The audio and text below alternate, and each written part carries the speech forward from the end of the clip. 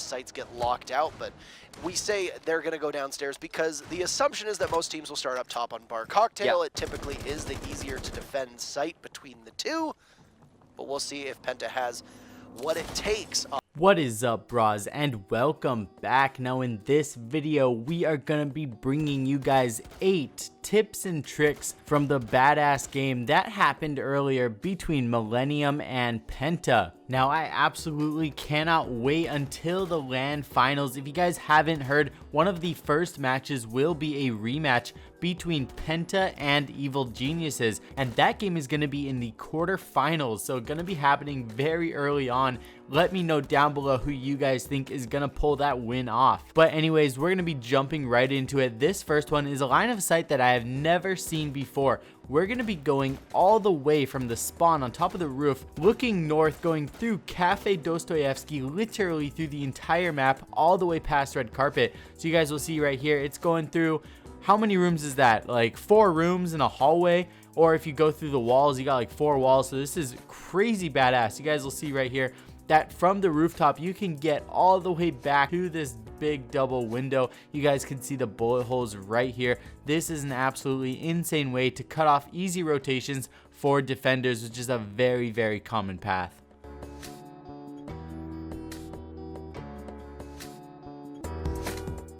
Things to look out for, and it's something you can never overlook. Anyway, continue your thought, Parker.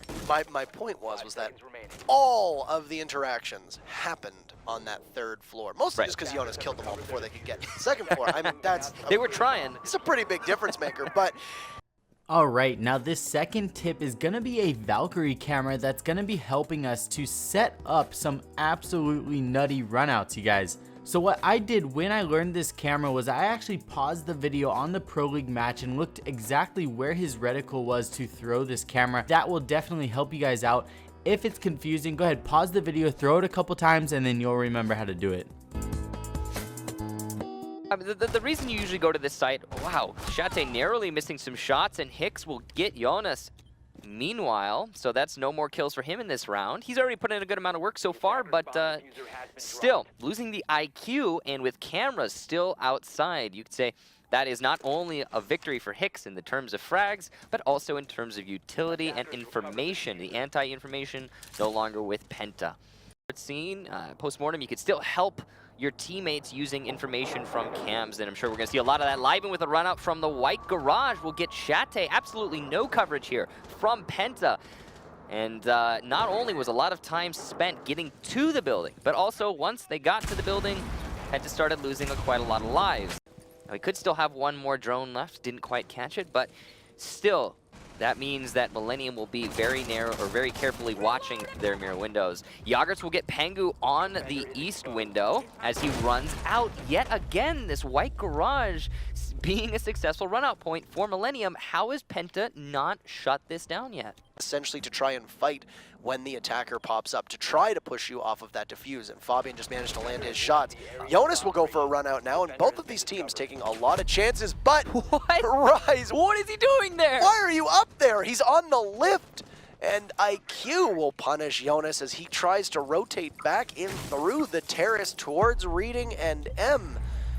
I would say a pretty good trade though for Penta as they took out Hibana on that play. Alright, so going into this, there were multiple different types of runouts that were happening within this game. Some simple setups, we actually saw in my recent video on different spawn kill methods. This one was great. I just watched for the camera, and when it got destroyed, I automatically knew that people spawned over there, so I went ahead and did a run out. Now, of course, the professionals are much more efficient with this and much more accurate by using Valkyrie cameras for information. Now, right here, if I use the Pro League trick, I could have actually impacted the garage and then probably made it safely in, but instead, I don't know why I decided to just YOLO it, jump over the edge, and start getting a little bit too aggressive. But if I had this rotation here, like we saw in the Pro League game, I probably could have survived it.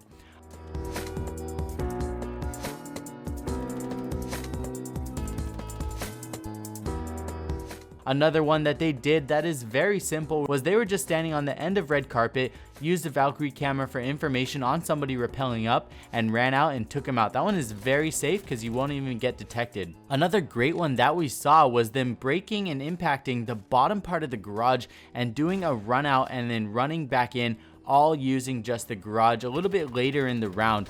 Those are all great runouts.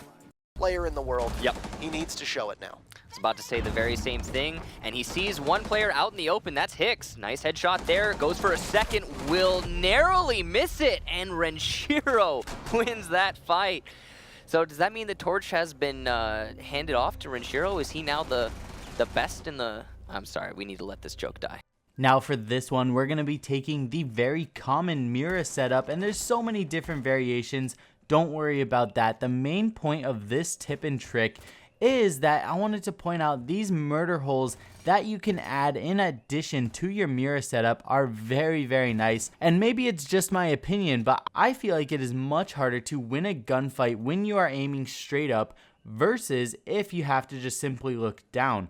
So you guys see right here, if I just aim forward and look straight up, I can only go so far. Then of course I need to start maneuvering around a little bit, and it's just overall it makes it a little bit more confusing, and I feel like it's just much easier to be aiming down. And you guys can see from certain angles looking up, it just makes it very confusing. I believe that this is going to give that Mira player upstairs even more of that edge, As they are as defending champions. Invitational finals against Evil Geniuses is a prime example of Penta's slow start.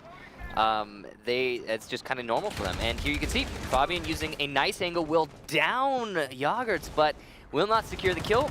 Now, I really wish I knew about this variation of the garage spawn kill on Kafe when I did my recent video with 47 go-to spawn kills. I guess I'm gonna have to make a sequel. Maybe I'll do 53 to make it an even 100. We'll see what happens. But of course, that probably won't be for a little bit. I'm gonna have to go into ranked games and get some cheeky spawn kills that are different from the first 47.